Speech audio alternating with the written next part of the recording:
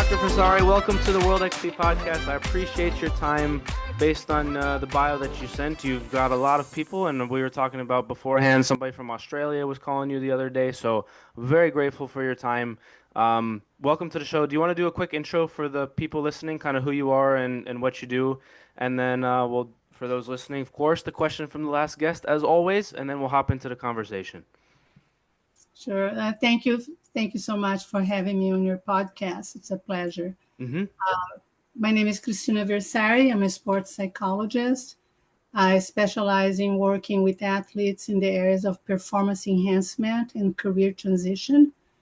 I was in charge of the MBA Education and Career Development Program, helping professional MBA players to prepare for a second career and helping several of them to go back to school and complete their education.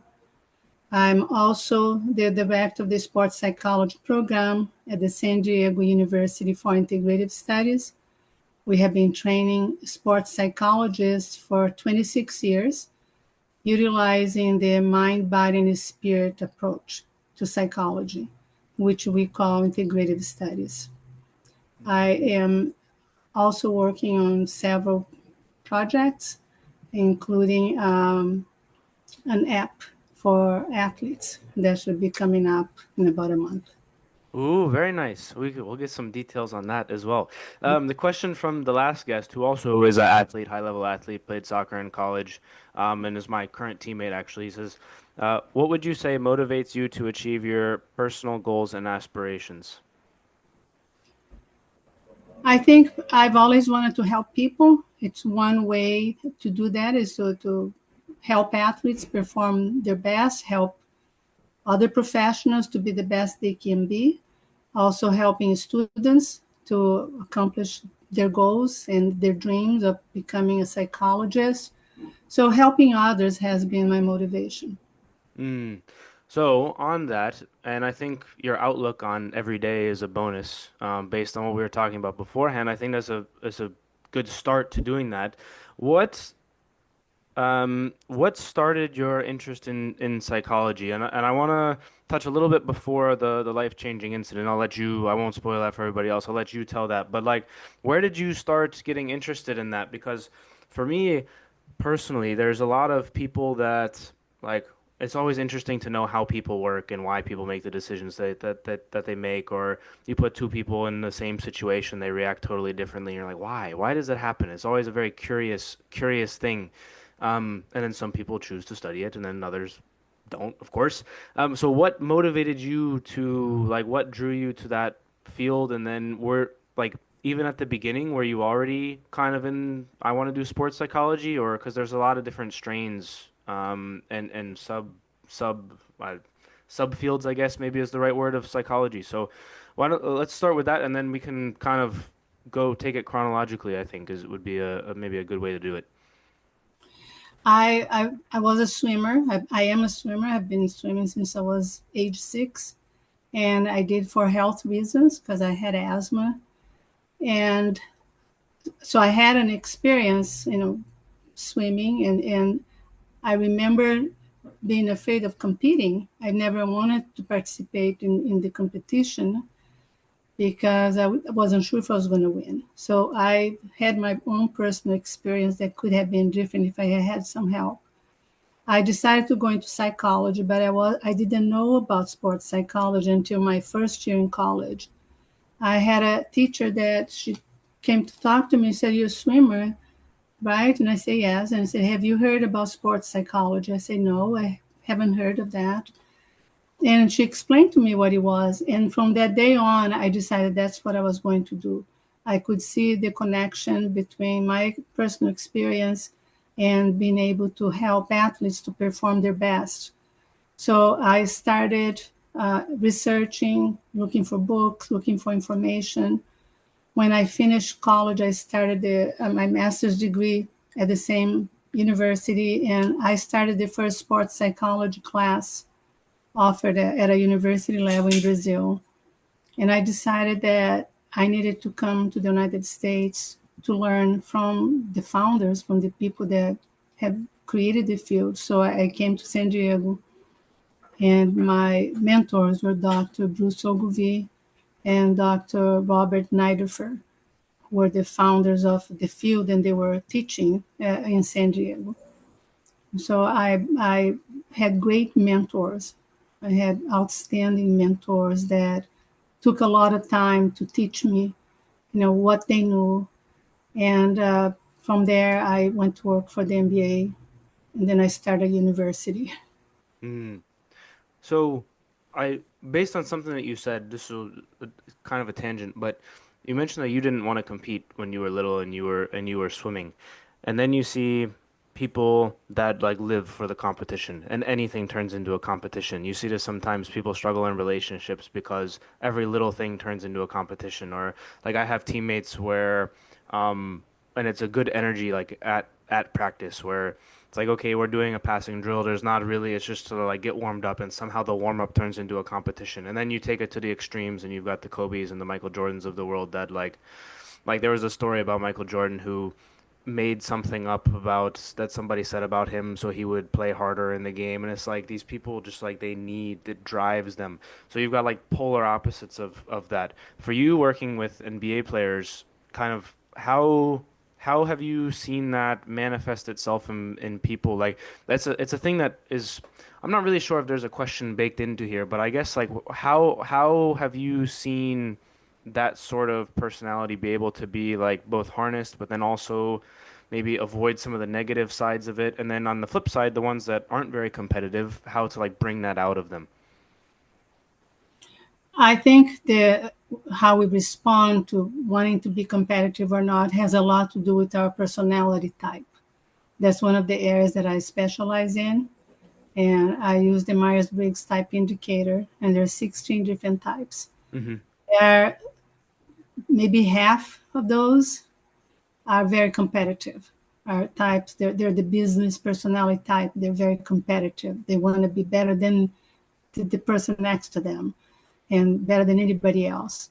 And then there's other types that their motivation is to help the team. They want to compete so they can help the team. The motivation is to help others. And then there's people that want to be the best they can be, not competing with anybody else, but being better than they were yesterday. And I think I fit in that category. I have always competed against myself. I've always wanted to get better at whatever I'm doing. I wanted to be better at that. I don't never had the motivation to be better than others. I wanted to be Mm, better than I was yesterday. So I think the personality type is one. It's a huge factor because we're born that way. I think the upbringing, sometimes there's parents, the people that grew up in a family that's very competitive. Parents that were athletes themselves, they're very competitive, and they learn that. I was not in a competitive family, and there were no athletes in my family. They're all focused on academics. People highly educated. My mom was a teacher. Several of my cousins, they all have doctor's degrees. They're very educated, so they're intellectuals. They're into academics.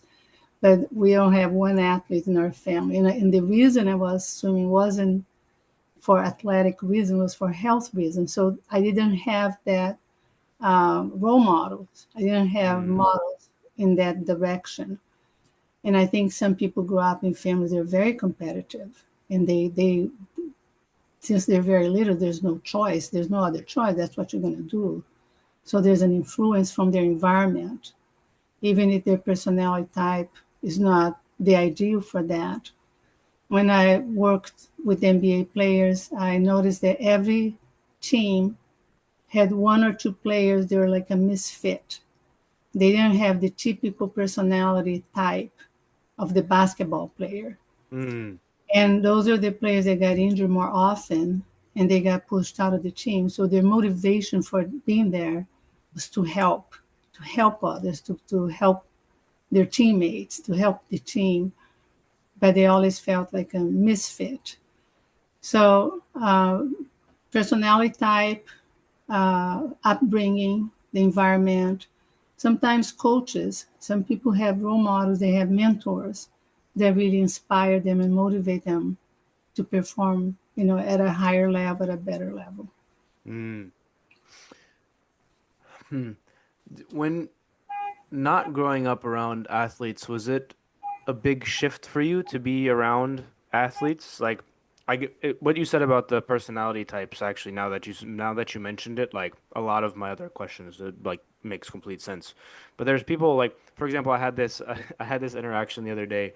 A friend of mine, I was talking to my friend, and he was like, "Oh," or who also knows my wife, and he was like, "Oh, is she like a completely different person when she plays volleyball? Because she played in college, so she must be like change personalities and be super competitive." I'm like, "No, man, that's not how it works." And it's like a weird, like people that have not been around those types of people or like groups of those types of people often have a, I don't know if misguided is the right, but it's just they've never experienced it before, like what it means to actually like the environment of a team where whether you're a leader on the team or like your motivation for your performance, like these people kind of when they come together, it's a kind of um, different kind of like breed of individual at a very at the very highest levels of athletics. Was it a big kind of was it a did you have to shift how you thought about stuff when you like jumped into that world? Uh, Around the same time when I started college, I got married, and my husband was a judo instructor Mm-hmm. and very involved with competition at the highest level, national level, Olympics. So I was involved with judo from that point on. Actually, I did my dissertation on the personality profile of judo fighters from the national team. So I was involved with athletes every day. Every day I was that's what we did. On the weekends we went to tournaments. So I kind of felt very comfortable around athletes, and when I started working with the NBA, the same thing. I had been around athletes for a very long Yeah. time. And it is a different environment, it's a very different mindset.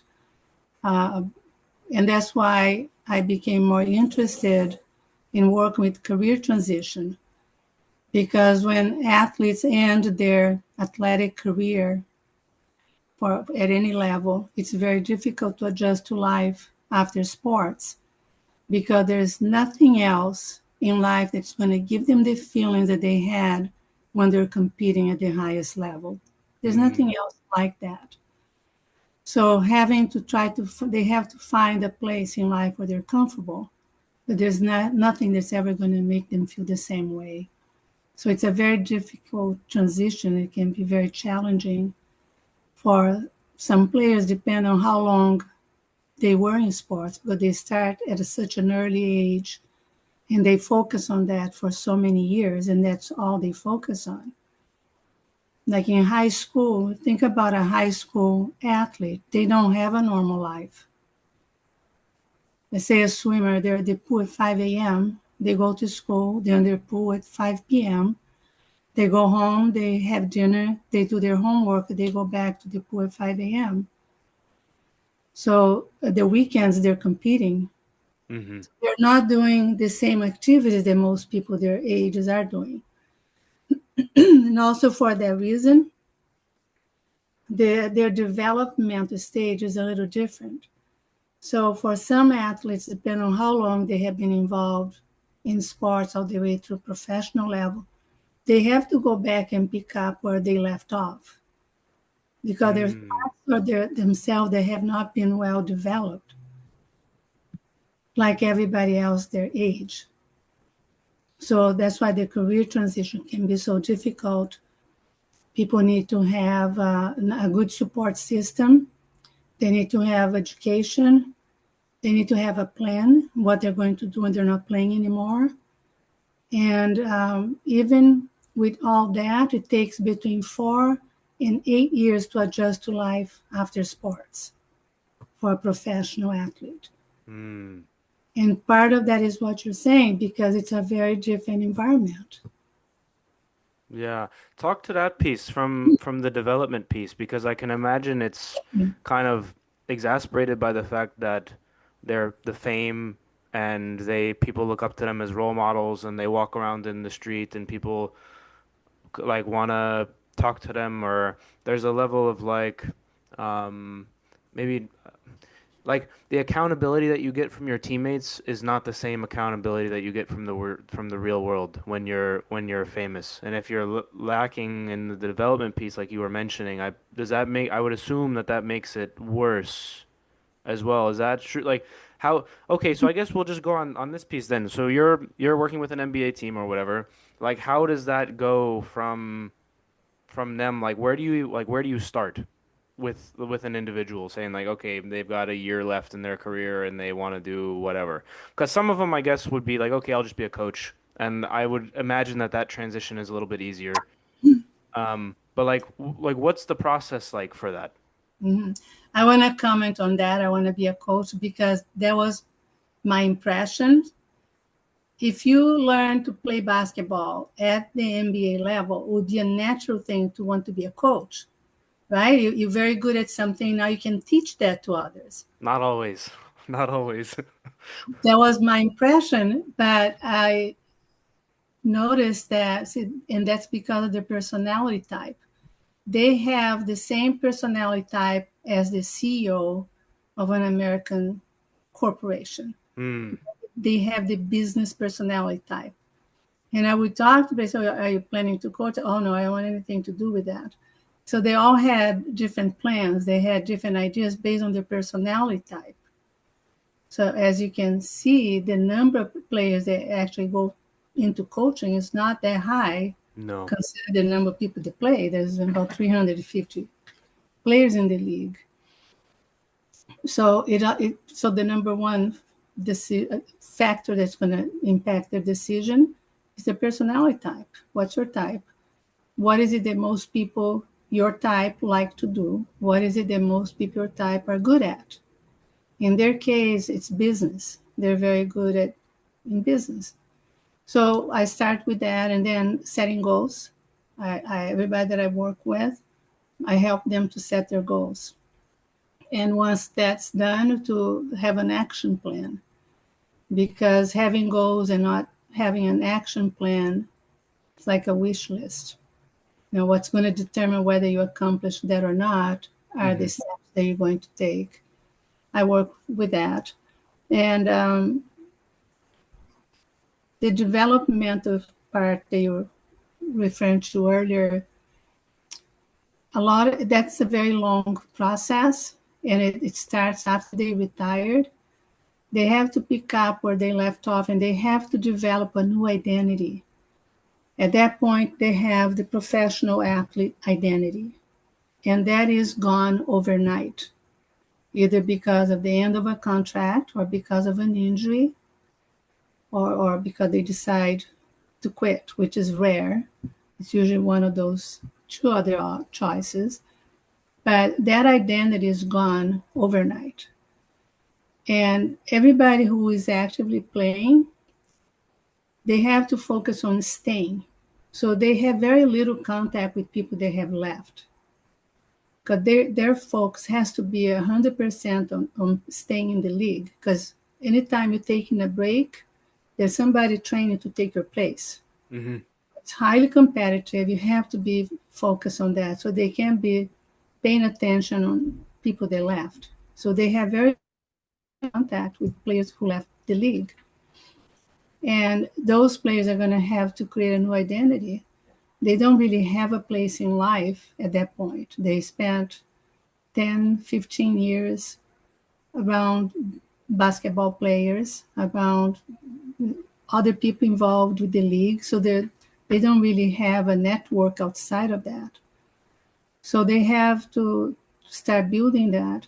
And in many cases, players go through a period of depression in the beginning because they have to process the loss of that identity. And through a support system, a solid plan, education, uh, and actually doing those things that they had planned to do, it takes them between 4 and 8 years to adjust to life after sports. So it's not an easy process. It's not a very quick process. It takes a long time. And many of them do very well. They're very successful in a second career. doing something else that they wanted to do. And Mm, then there's stories that we all know, the people that didn't do very well when they transition. yeah. Do you find that the players with like wives and families tend to make the transition a little bit easier because they have an identity as like a father or a husband that helps them transition a little bit easier, or is that maybe that's just a thought that I had as you were talking through it, so I wanted to ask. I I have not noticed that, but I have noticed that anybody that has a good support system Mm, could be a wife and children, but could be mother, brothers, sisters, could be any type of support system. They adjust to life after sports. They adjust better, and it's an easier process for them. But in terms of marriage, I noticed that it's a very high divorce rate. hmm. Once they end their career, the divorce rate is higher than it was before. And it's already higher than it is for the general population. It's more than 50%. For the general population, currently it's around 50%. So for athletes, once they retire, it's about 60%. No, that's not fun. No, it's a very high divorce rate. Mm, okay. Yeah, that makes sense. Okay, so let's go back to where were we? You were in college, you're going to get your master's, you're traveling to the US. Is the field relatively new at that point? It was new to me, completely new to me. But yeah, the field is not new, and Yeah. it started like in the 50s. But to this day, when people say, what do you do? I say, I'm a sports psychologist, and say, what do you do? Yeah. Very few people know or have any idea about what a sports psychologist does. So can you talk to like the different so you're doing your master's and often with other academic tracks you go get your PhD, which you did, or there's like different variants of the field that you can go into. You can work in private industry, you can be a consultant, you can do research, you can become a professor. Like what are some of the th like where are you like what are the career options and tracks and like where are you at this point in your own like I want to do this, or are you at this point kind of being like I'll take whatever somebody wants to give me so I can just get something on the resume and then we'll go from there. Okay. So in the United States, it's a very unique situation. The sports psychologist started out of the physical education department. And those professionals, they're trained to teach and do research. And there's very few programs, ours being one of them, that sports psychologists out of the psychology department. So our graduates, they actually learn how to work with people. All the instructors have been practicing the field for a long time. The founders of the field are teaching at our school. And so we teach applied sports psychology. So they actually learn how to do the job. The For someone to call themselves a psychologist in, let's say, in California, every state is different. Someone will have to check in their state. But in California, you have to be a licensed psychologist and you have to have a doctorate degree. So that's the requirement in this state. But people to work in the field of sports psychology, working with athletes, there's not a very clear set of requirements. And there's a group of people working as a mental training coach. So they don't have the PhD in psychology and they don't have a license, but they have some type of training. And many of those are former athletes, and some are doing a very good job because of their own personal experience. So they learn mental training techniques and skills, and they start working with athletes, helping them with performance. Ideally, someone should have training in counseling skills, how to work with clinical clients, even if they're not going to work with them. You need to be able to identify if someone is suffering from depression or eating disorder or has some other issues. They're clinical, so you can refer them out. So I always encourage people, whatever background they choose, to learn clinical skills. so they can do assessment. If somebody has issues with addiction, drugs, alcohol, they can see the signs and they can refer them out to someone that does clinical work.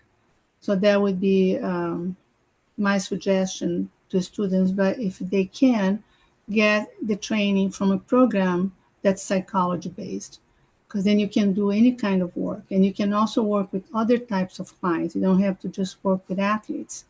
You can work with clinical clients if you get a license in your state. And some states don't have licensing requirements. So again, they have to check what the requirements are, where they're at. In terms of my own journey, I I love to work with athletes.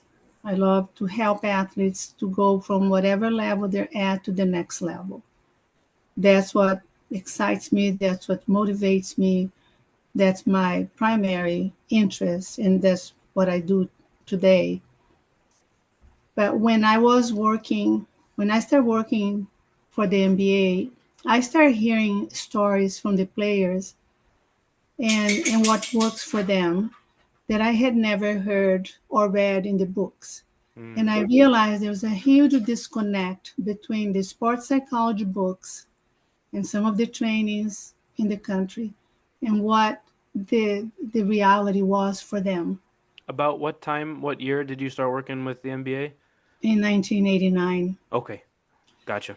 So for many years, I listened to stories and I said, these are the real problems that they have. And I never heard that before. So I decided to open a school so I could teach other professionals in the field, because I had this incredible amount of information and data. I also test the players myself for many years. I had all this data so I could confirm what I was saying. And I wanted to train people to be able to do the same. So I opened a school, I opened a sports psychology program, and it's 26 years ago. I still have that to this day. The other thing that I would like to do, I'm working on an app that I want for people to have access to sports psychology and have information about what is sports psychology. So I'm working on that. And I have a project that I have been working on for years. I don't know if it is ever going to materialize because of time. There's only so many hours in the day. I would like to do a career transition program for the military, because I think there's a lot of the situations are very similar. It's a short career, and there's many people that retire from the military. They have no idea what they're going to do next. Some end up in a very difficult situation. I'm in San Diego, California, in the area called Old Town. And there's a huge number of homeless people in Old Town who are former military. And I have been watching this for years. And I find very discouraging and unacceptable that someone that has served in the US military would end up on the streets. And I think that there's so much more that we can do for them. If they had a plan from the time they start, they can all get a college degree. The government's paying for it, it's free. And then have a plan on how to transfer those skills to another career. The skills they're learning in the military can be transferred. Hmm. And same thing that I do with athletes. They think they don't know how to do anything else. I say, but let's look at the qualities and the skills that you have developed for the last 15 years. And then we make a list, and they didn't realize they have so many qualities already and so many skills. Say, how can we transfer that to something else? And especially in the military, they learn very specific skills that can be transferred to a second career.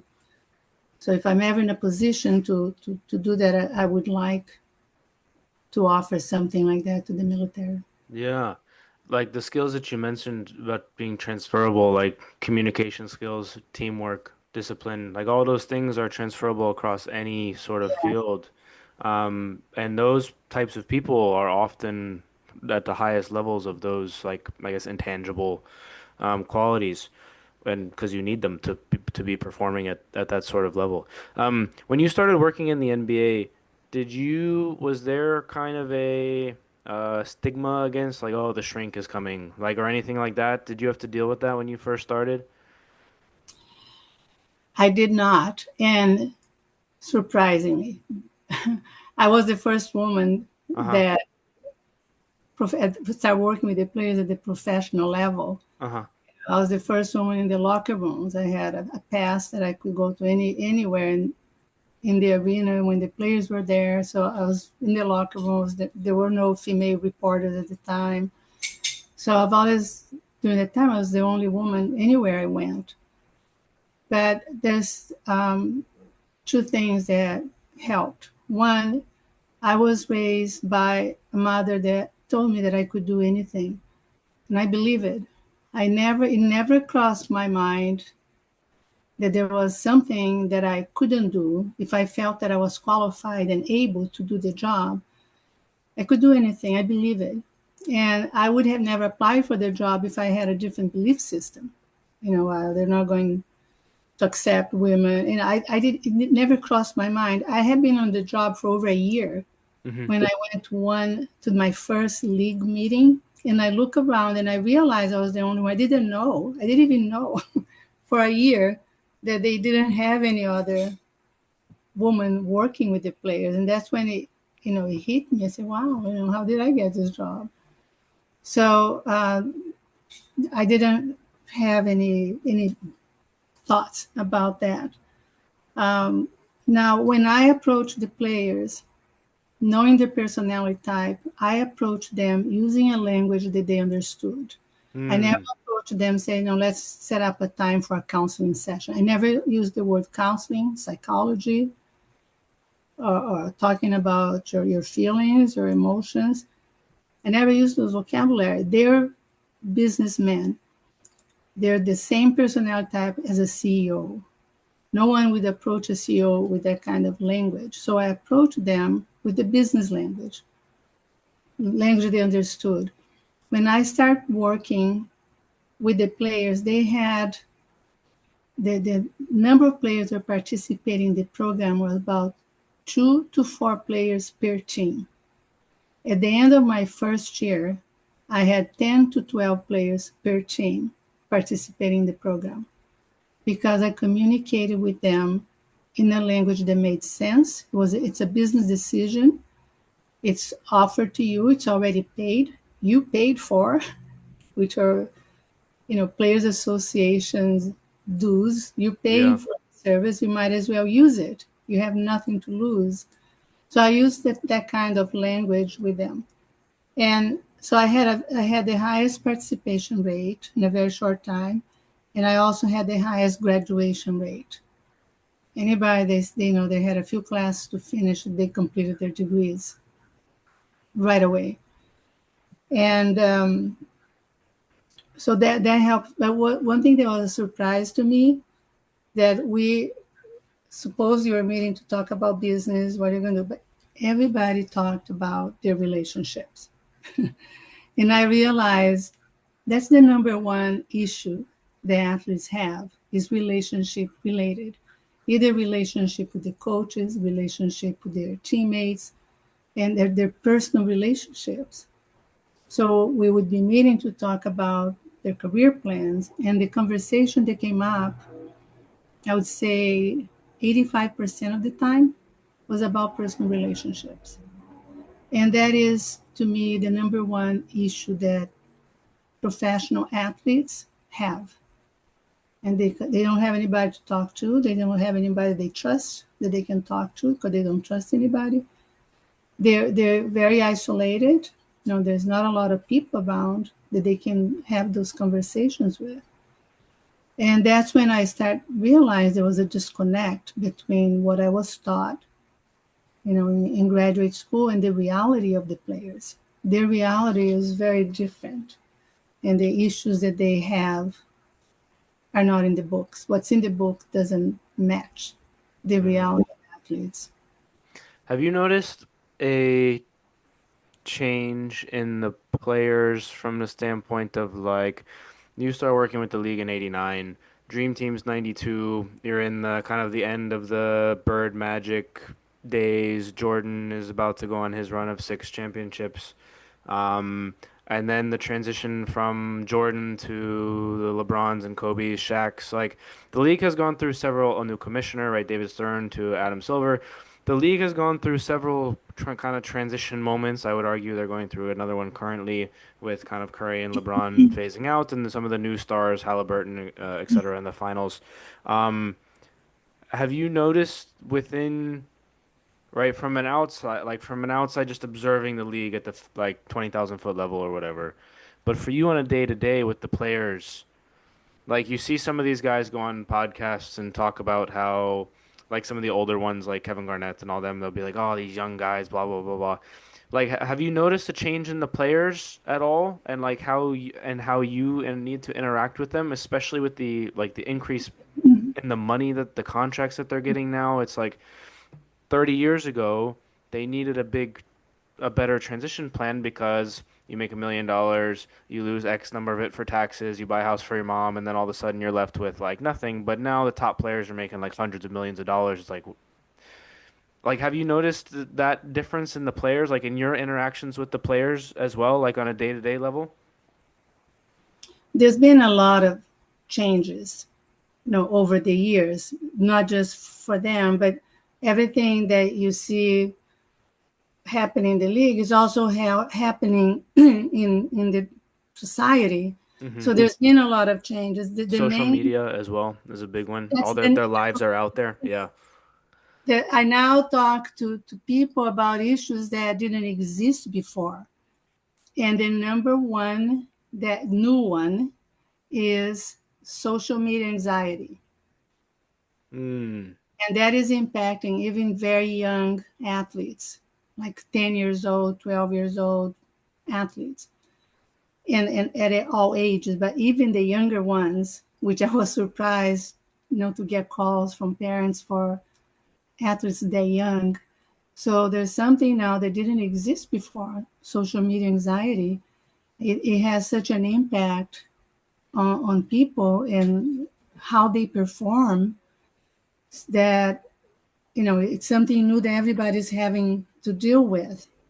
But at whatever level, if you're a celebrity, if you're a high profile athlete, you're going to be exposed to that. So you have to learn new skills on how to cope with that and not to allow that to impact you. Some of them, they never read anything. They have other people do their social media, and they don't read, they don't listen to anything, so they just ignore completely. But some people, they do pay attention to that. So that is one huge difference. That's something that didn't exist before, and it does have a huge impact on their psychology. Mm. Uh, You mentioned the younger ones. So I've got players that I train like middle school age, high school age, and they're trying to get recruited for college. And some of like the more younger ones, they have got like these Instagram pages or these social media like pages geared specifically towards college recruiting. And I'm like, you're in 7th grade. Why? Like, what are you doing? Not and they're like, and the answer is like, well, they're all doing it. So if you want to have a chance to play in college, you need to have this kind of highlight package built up and all these things. Like if you're talking to a coach or a trainer or a parent even about like how to navigate through all of that, like from a performance perspective, like what are some of the tools and the tips that you're giving to these coaches? Like because some of the coaches are like there's coaches that are my age who have got a team now, and it's like even from when we grew up, the world has changed so much, and that wasn't really the case 20 years ago. Like if you grew up in the 50s, the 70s like weren't that different, and so on and so forth. But like the last 20 years, it's been a major change, and I think even the coaches, to some extent, even the young coaches, don't really know how to deal with it because it's difficult. Like I've got parents asking, like, "Oh, what should I like? How should I market for?" And I'm like, "What do you mean market? Why are you using the word market with your 14-year-old? Like this doesn't make it doesn't compute, right?" It's like, what are some of the things, like tips, advice, maybe tricks, things of that nature from a performance perspective to like get them to focus on the development or like to interact with the changing world that they're in?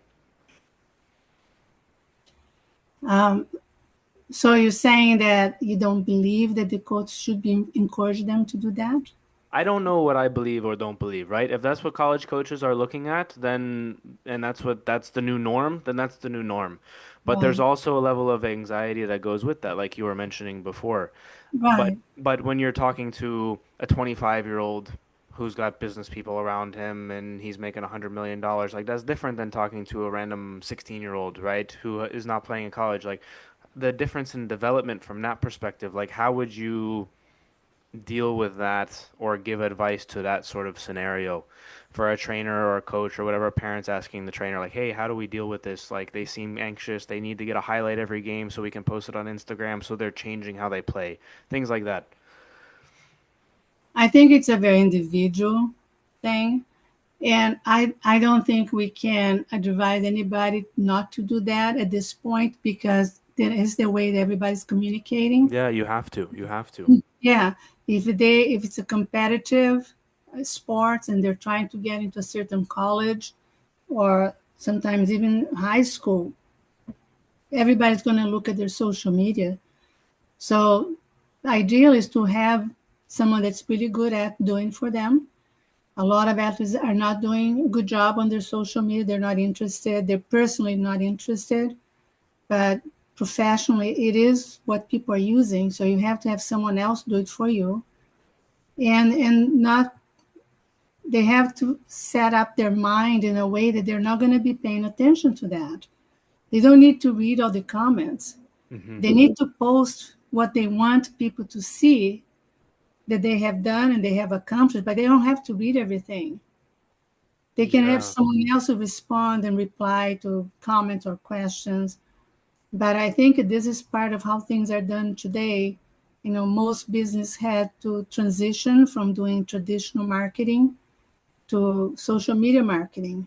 We're still in that process that, you know, we're in the middle of that. Well, how do you do the social media marketing for anybody that was doing traditional marketing before?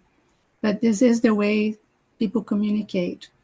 People live on their phones. Yeah. You know, I travel a lot, and every time I walk into the plane, I've always noticed there's not one person looking up. Everybody's on their phone, right? Yeah. Sometimes I see a person reading a book, and that gets my attention. Wow, there's someone reading a book because you very rarely see that anymore. So people live on their phones. That's where they get their information from. That's where they get their news from. That's where they're going to check on the results of players that they're looking for their teams in college. So they Mhm. have to do it. Yeah. I think. It seemed, no, I agree. It's like it's a necessity, but it doesn't seem like we as humans are wired for that level of information overload. Like, I'm not supposed to know what some guy across the world thinks of my free kick or whatever, right? Like, I don't need that. Like, that level of input is too, it's too much. And like to your point about mentioning, like, oh, have somebody else do it. It's like that makes sense. But you, people still feel tempted, right? I'm sure you know NBA players that as soon, like, they have a game, as soon as they get back into the locker room, they're like, oh, what'd they say about that shot that I made or missed at the end of the game? And it's like, there's no even debrief or anything. I don't know. My comment was not necessarily on the necessity of it, but more just on the coping because you don't want that to be some guy on like for an NBA player, some guy on the internet to being like, ah, you should have passed it instead of shot it. It's like, are you getting paid $100 million to play basketball? It's like, no, stop talking. You know what I mean? But you still like there's still like a feel the need to like see what other people are saying. And I wonder if that's I don't know, just kind of musing it at this point. But it does bring me to the next question, which is your program now about the holistic kind of the thing that you mentioned that caught my eye was the spiritual piece. I think I've seen a lot more interviews in the last 2 years maybe from professional athletes after games saying something religious or something spiritual. And that has caught my attention. It feels like there's some kind of, I don't know if revival is exactly the right word, but like it feels different now the last like couple of years. Um, can you talk through your program, like one, how you decided that you wanted to incorporate all these things, right? Because you mentioned the at the beginning of the field, it was based on kind of the physical education piece. I think the mental is the next obvious step in terms of mind-body connection, but the spiritual is not one that people often jump to intuitively. So can you talk to like how you came to this conclusion and how you incorporate them and kind of the how the program started and how you've tweaked it, like all these things, like kind of just the genesis of the program and then like how it's going today? We can't separate the several aspects of a person cannot be separated, and you cannot deal with just one. So the mind is very important, the body and the spirit. And in talking to athletes, I've always asked them, what was happening in your life? And by the way, this is my question for the next guest. No, don't say it. Well, it's a surprise. We'll Well, talk. We'll say it afterwards. They yeah, don't get to know either. I'll say, but I'll come up with another one. I've always asked athletes, what was happening in your life when you had your best performance? Even like in your case, what was going on in your life when you had the best performance ever? And every one of them tell me that everything was aligned. Like my personal relationship was great. I had a great relationship with my coach. I was doing really well. My physical training was great. And I was in peace with God. I've always heard them talk about all different areas of their lives being aligned. I never heard a person say, my training was great, that's why I won the gold medal. I never heard that. Never. They always say three or four different things that were going on in their lives were aligned and there's balance. So I started thinking that direction for people to perform their best, you have to have balance in your life. So whatever areas you wanted to focus on, your mind, body, spirit, your personal relationships, your finance, your contribution to society, like charity, what is it that you do to help others, your personal development, all those areas need to be balanced for us to perform our best.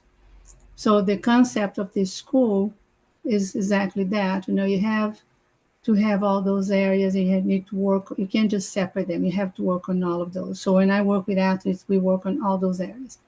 The spiritual part is especially important because there's a lot of research that shows that survivors, like prisoners of wars, they say that they survived because they believed in God or a power greater than themselves. It could be anything. It's not about religion. It's about believing in something greater than yourself. Then when everything else failed, they prayed and they had hope. Then when they're praying to God or higher power, that something good was going to happen in their lives. And a lot of people that come to our program, they start with that. They said, I have been wanting to help other people, and I believe in this. I didn't know there was this training like that, but this one day this happened, and I knew my life was going to change. Then I heard about this school. It's like they all have some strong belief in the spirituality part of a program to help athletes become better and move to the next level. So, and I think again, the research is very strong in that area about the Mm. spirituality and the belief in a power greater than yourself. How do you, I don't know if channel that is the right word, but do you work with like pastors or priests or other religious like kind of to help with that? Because like how okay, so if you have a session with an athlete, like how does the spiritual part of that work? It's emphasizing whatever it is that they believe in. I have athletes from all different types of religions and different backgrounds. So whatever it is that they believe in, is to emphasize that the way they have always done. I haven't worked with anyone to this day that didn't believe in God or didn't believe in something. I haven't had that experience. People that say, I just don't believe in anything greater than myself, so I'm going to skip that part. And I haven't had that happen. And it could be for one something that I always say to students. I said, people are going to choose to work with you because of who you are. So when I'm training sports psychologists, and it's very important to learn what you're going to learn and the skills, but people are going to pick you because of who you are more than what you know. So they pick the person and they find something in you that they see in themselves. So maybe for that reason that I haven't encountered anybody that doesn't believe in the spirituality part, because I believe in that. So I'm just guessing maybe that's the reason. No, that makes sense. The reason why I asked that question is because you don't, even though you hear more interviews recently of people kind of talking to the spiritual, you don't. The first thing that comes to my mind when I think of the NBA is not spirituality. Um, I, to go with that though, when you are training your students or working with athletes, how much of, hmm, I don't want to, well, I'll say it this way, and then if it's kind of off base, you can correct it. How much of what you're doing is personal development as in security of the individual and who that they believe that they are like as a person, and then the performance falls into place after that.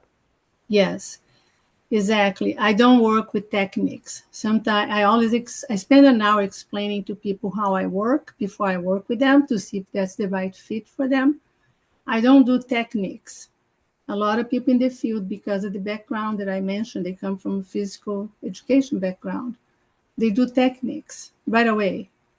And techniques work. They don't work every time. They don't work for everybody. So I need to know what's your personality type first. There are some techniques that work for you that may not work for someone else. Same thing is some techniques that I do with other personality type may not work for you. So that's the first thing. You can't apply techniques until you get to know the person. You need to know the personality type, and I need to know what your goals are. I need to help you with your belief system. You need to be focused, 100% focused on what is it that you're trying to accomplish, what are you going to do to get there. And then at that point, I can use some techniques. But at that point, I already know a lot about you. I need to learn about the individual athletes, their preference, how they learn, how they motivate themselves before I do techniques. And one of the ways that I learned that is that some techniques didn't work for me. Mm. When I was in graduate school, I realized meditation didn't work for me. People are meditating, they're having, like in a meditation class, they're enjoying. And I was like, this doesn't work for me. And I didn't know why. So over the years, I realized uh, techniques don't work for everybody. They don't work every time. Depends on how your mind operates, how you motivate yourself, how you learn, how you process information. And I also realized that when I went swimming, it was like a meditation. What people describe that they did when they're meditating, I was having that experience swimming. I used to swim at lunchtime. And I used to tell people at work if there was like a meeting, we had a problem, saying, like, I'm going to go swimming. When I come back, I'll have the answer. And I did every time. That's when I started thinking, why is it that swimming helps me? Like people that are meditating, this has the same effect. So I talked to a meditation teacher and I said, is there such a thing as active meditation? So yeah, there's active meditation. So I didn't know. So what I do is active meditation because when I'm swimming, I clear my mind from all thoughts because I have to count laps. So counting laps, I'm not thinking about anything else. I'm just focusing on that. and you're moving your body, you're doing the physical activity. And I get answers to any questions that I have swimming. I also Mm, like to go up and down stairs, counting stairs, because when you're counting, you clear your mind from all thoughts. And then I say, well, maybe that's why in the Catholic Church they count beads, yeah. right? Because you're just focused, you're praying and you're counting beads. The Buddhists, they count beads. Hmm. Maybe that's why, I don't know. Yeah, that So is there's true for the rosary. yeah, the different techniques, they all work, but they work differently for people, depends on their personality type. So I Yeah. do the techniques after I have all maybe 3 or 4 sessions, after I get to know the person's preference. Yeah, that makes total sense. And to your point about the rosary, that is exactly what it is. It's a meditative prayer, is what I've heard it Mhm. described as. Yeah. Um, I have a couple more questions. You mentioned a while ago about speaking to them based on their personality types, them being the NBA players. Um, how if somebody was to apply that to or extrapolate that to life generally speaking, so not just those specific personality types, how would you, like, if somebody was curious in doing it and they say, like, is that something that you just Google, or is that something that you had to practice at doing in terms of knowing what the personality types are? Like, can I just Google, what was it, INFJ? Is that one? I don't know. I just made it up. Can I, how to talk to INFJ or whatever? Like, is that a thing? Or like, how did you learn to do that? Or I guess for people listening, like, Yeah. how can they use that in their own lives, whether it's negotiating for salary raises or talking to their significant other or mom or brother or sister, whatever? Okay. It, to me, it's very complex. It's not really simple. Mm, And I didn't know this test until I started working with the NBA players, and they gave me the test and said, "This is the test you're going to use with the players." And I said, "I don't know this test." And they gave me the manual, say, "Learn." So they gave me the manual. I've learned by myself, and I became so interested because I had to do so much reading, and I didn't stay just with the book they gave me. I went out and got more books. So I had to learn on my own. But I spent a lot of time. It didn't happen overnight. And I think I'm still learning to this day because it's so fascinating, the dynamics between personality type and how people are attracted to certain sports based on their type. And I started noticing that with the NBA was the first time I noticed there was a pattern.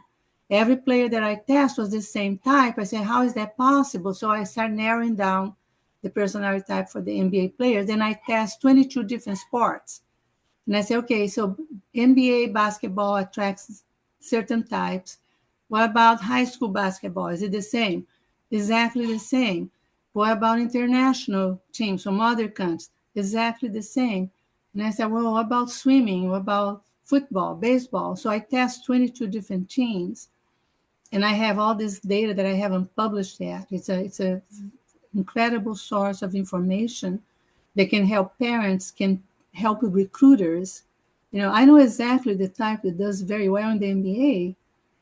So mm, that's very helpful information for people recruiting players. I know exactly the type that doesn't do very well and why. I can explain exactly why not. So this for recruitment, it's an incredible source of information. But it took me years to learn because I learned on my own. And then I was very fortunate that I was asked to go to a Myers-Briggs meeting, and I met a mentor. She was my mentor for years. So I went to her for every question that I had, and she knew so much about the test, and I've learned so much from her. I still have her voice in my head. When I come to certain situations, I remember what she said to me. But the easiest way and fastest way to learn is to take a class. There's a lot of classes on the Myers-Briggs type indicator. It's a very large community, and there's a lot of people. They're experts. They're really good at. Take a class. Don't try to learn on your own because you can. I did, but it took years. But I was learning more from it. I was doing that every day. And I said, well, this is interesting. I haven't seen this before. So I was learning because I had the opportunity to test so many people every day. So it was a lot of information that I had. So if you're just trying to learn for yourself, for your personality type and the relationships you're in sports or family, teams, work, take a class. I'm sure there's many classes that you can choose from, short, longer. There's certifications. I'm not into that because I said I had to spend so much time learning my own. I know the type really well. I became an expert on the Myers-Briggs. I teach class. I present this in conferences, and I do team building with professional athletes, lacrosse players, lacrosse teams. But it took a long time. But take a class. You can Google and you can find anything. If you ask what type it's a better match for a relationship with certain type, there's answers for everything online. But what you would know about that is very limited. So take a class, take the test, learn about yourself. That's another thing that's really important. The more you learn about your own type, the easier it's going to be to learn about different types. So if you are an extrovert, learn everything about extroversion, and you know the opposite. Automatically, you know, because they're the opposite of you. Yeah, it's like everything Uh, I don't like. It's like yeah, everything that you had problems with before, now you understand, oh, that's why I had those problems. yeah, Uh, 100%. I did. Learning the type can be helpful in your personal life and especially at work. Yes. Hire the right people for the job. If somebody works on the phone all day, they can be introverts. No. They hate their jobs if they're introverts. So you gotta hire the right people so they can enjoy being at work. We spend most of our lives at work. So you gotta learn about their preference. So you place people in the right positions. Yeah. And for teams, like relationships between coaching staff and players, it's critical because the coaching staff will always do what they like. The head coach is going to teach you what works for him, and that's based on his type. It may or not work for you. So coaches need to learn how different people are and communicate in the way that they all can understand. Mm. Yeah. Yeah, that's such an important part of building successful teams. Like on paper, like people say, "Oh, on paper, this team should be good," but something about it just doesn't feel quite right, and then they don't win a championship or whatever the case may be. Is you said that research is not published yet on the different sports. No, it's not. I spent most of my career doing counseling and helping people, doing sessions, working with people, and teaching. I Mm. haven't had time to write a book and I haven't had time to publish all this research, but it's if anybody has the same interest and they want to learn some of that and they're working with a team using those tests, they can always contact me. I'm happy to share Mm. what I Well, have. I would be super interested in seeing it anyways when it's published or whenever, I guess at some point. I know you've got your meeting in a few minutes. Do you have any I have so many more questions, but that's okay. Do you have any last nickels before we get you out of here? No, I just want to thank you so much for the opportunity and for doing the interview. I find that there's always one person that they listen that they needed, and Yeah. it helps them change something about their lives and their performance. So it's always great to be able to have that opportunity. Yeah, 100%. That's been my motto the whole time as well. People are like, "Why are you still doing it?" It's like, well, if one person gets something out of it, then that's a win for me. So, um, tell the people, do you have a website or somewhere that people can find your work? Yes, I have a website with my name, CristinaVersari.com, and also the San Diego University for Integrative Studies. That's the university where we offer the sports psychology training. And the website is sduis.edu. Awesome. Awesome, awesome. So for those listening, those will be in the descriptions. As always, thank you guys for listening, and we will see you guys next time. Peace. Thanks for tuning in to the World XP podcast. If you want to watch another episode like this one, click there. If you want to subscribe, click there.